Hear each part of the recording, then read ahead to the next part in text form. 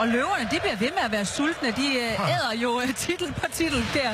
Ja, i dag føler jeg ikke lige, det var sult. Der var det måske mere, at det er nogle gamle løver. Altså, de er vant til at fange deres bytte, selvom de ikke nødvendigvis er de hurtigste på sletten mere. Og det er jo egentlig det, der sker i dag, for jeg synes ikke, det er det bedste hold i dag. Men de er bare vant til at vinde kampe. De er også vant til at vinde kampe, hvor de ikke rammer niveauet. Det er farligt, det der Sanka. Det er da ikke sikkert, at han får den med tilbage igen. Nej, men den er snart til ejendom, tænker jeg alligevel, fordi de har vundet så mange gange. Nej, men altså FC København, man kan godt mærke på dem, selvom de ikke spiller en stor kamp i dag. De er vant til at vinde kampe.